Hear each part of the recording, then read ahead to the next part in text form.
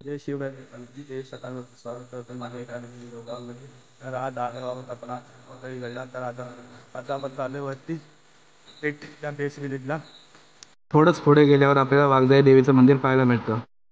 तर मित्रांनो, आपल्याला पाहायला मिळत आहे कोटलीगडाचा माता दिसत आहे आपल्याला. तर आता आपण चाललोय पुढे. आमचे मित्रमंडळी गेलेत पुढे, आम्ही तिघजण पाठी आहोत. तर आम्ही पण चाललोय पुढे. तर चला आपण जाऊ पुढे. तर आता आपण आलोय पेठ या गावात. तर मित्रांनो, पाहू शकता इथली सर्व घरं कौलारूची आहेत.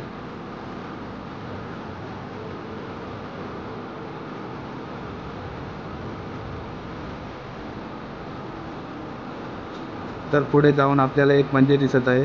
तर तिथे जाऊन पाहू कोणतं मंदिर आहे ते. तर मित्रांनो, आता आपण मंदिराच्या आतमध्ये आलो आहोत. तर मित्रांनो, पाहू शकता हे मंदिर मारुतीचं आहे. तर मित्रांनो, थोडं पुढे आल्यावर आपल्याला एक विरगळ पाहायला मिळते. आणि त्या विरगळावरती ज्याची विरगळ आहे त्याचा झालेला जन्म आणि युद्ध करताना आलेलं मरण आणि स्वर्गवास असे 3 टप्पे पाहायला मिळतात आपल्याला. तर मित्रांनो, आता आपण गावामधून पुढे आलो आहे. आता आपण पाहू शकत असाल दगडांचा पॅच चालू झालेला आहे. आजूबाजूला पाहू शकत असाल झाडे आहेत. तर मित्रांनो, हा किल्ला मुंबईपासून 100 किलोमीटर, पुण्यापासून 125 किलोमीटर, तर नाशिकपासून 169 किलोमीटरवर आहे. भीमाशंकर डोंगर रांगेपासून शिवपिंडीच्या आकाराचा एक सुळका पाहायला मिळतो. आज तो कोथळीगड. मित्रांनो, दगडांवरती शेवाळ आलेले आहे. तर ग्रीपचे जरी शूज असतील तरी तुम्हाला पाय याच्यावरती हळूहळू ठेवावे लागतील. जर पावसात तुम्ही कुठेही ट्रेकिंग करत असाल तर पाय तुम्ही आरामात ठेवा. उत्कृष्ट दुर्ग वास्तुशास्त्र, स्थापत्यशैली, कमी जागेचे अचूक नियोजन आणि धगधगता इतिहास यामुळे गड पाहण्यासाठी येणाऱ्या गडप्रेमींची संख्या जास्त आहे. आणि आपल्याला गड चढण्यासाठी साधारणतः 1 ते 2 तास लागू शकतात. मित्रांनो, बघू शकता अतिशय सुंदर असा व्ह्यू पाहायला मिळतो आपल्याला.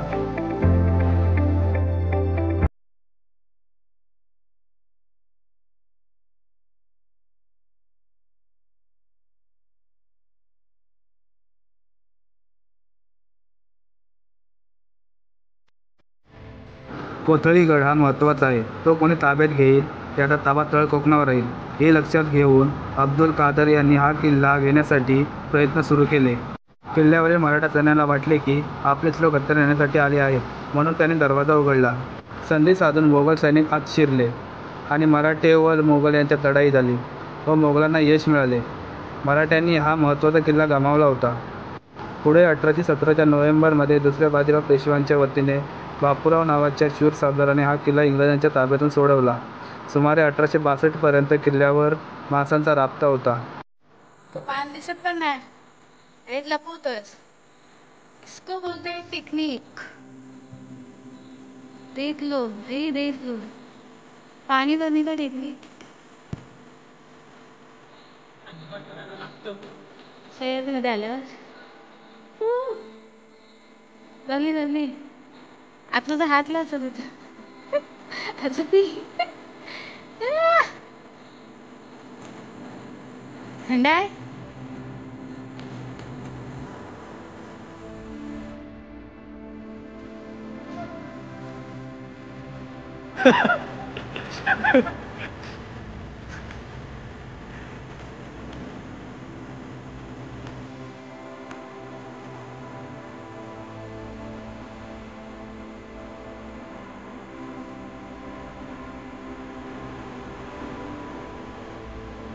आता आपण आलोय महादरवाज्याजवळ. गडाचा पहिला महादरवाजा आहे हा. आणि अवस्था बघाल तर पूर्ण विस्कळीतच झालेली आहे, पाहू शकता तुम्ही. आणि या गडाचा वापर दारुगोळ्याचा साठा करण्यासाठी केला जायचा अशी इतिहासात नोंद आहे. आता अवस्था विस्कळीत झालेली दिसते आपल्याला, पण त्यावेळी एकदम थाटात उभा होता असेल हा गड. जसं इतिहासात डोकावलं तर हर हर महादेवाच्या गर्जना, तोफांचा आवाज, तलवारीचा खणखणाट आणि दुर्दैवाने शेकडो मावळ्यांचे बलिदान या गडाने पाहिले असेल ना. मित्रांनो, गडाच्या खालच्या साईडला आल्यावर आपल्याला 2 टाकी पाहायला मिळतात. बघू शकता तुम्ही, इथे पण एक टाका आहे. परत पुढे गेल्यावर पुढे पण एक टाका आहे.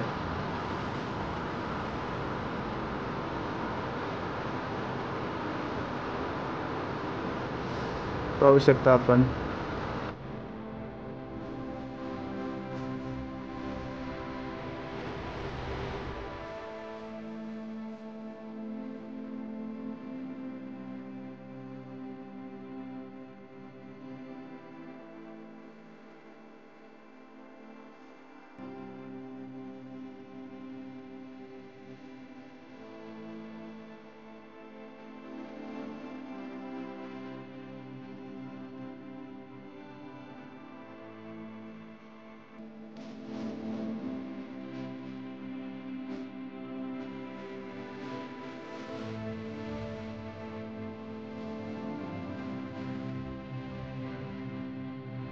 थोडा पुढे गेल्यावर भैरवनाथाचं मंदिर लागतं आपल्याला.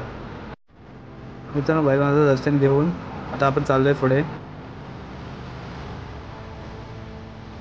आपण पाहू शकता सर्व पायऱ्या कातलामध्ये कोरलेल्या आहेत आणि प्रत्येक पायरीमध्ये खूप अंतर आहे. चला तर आता जाऊया पुढे.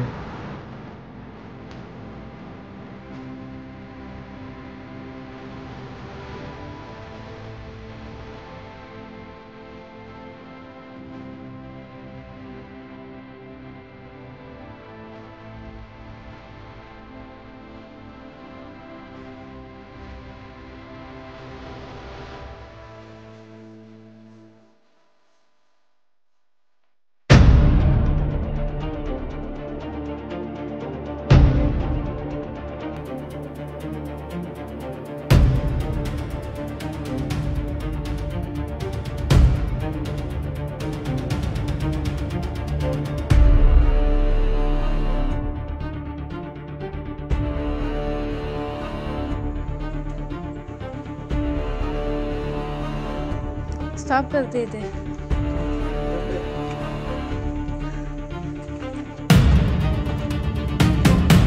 माझी कोण काढली तिथून? मित्रांनो, आता आपण पोहोचलोय गडाच्या शेवटच्या म्हणजे तिसऱ्या दरवाजाच्या इथे. तुम्ही पाहू शकता दरवाजा, आणि हा दरवाजा नव्याने बांधण्यात आलाय. तर मित्रांनो, आता आपण जाऊया वरती.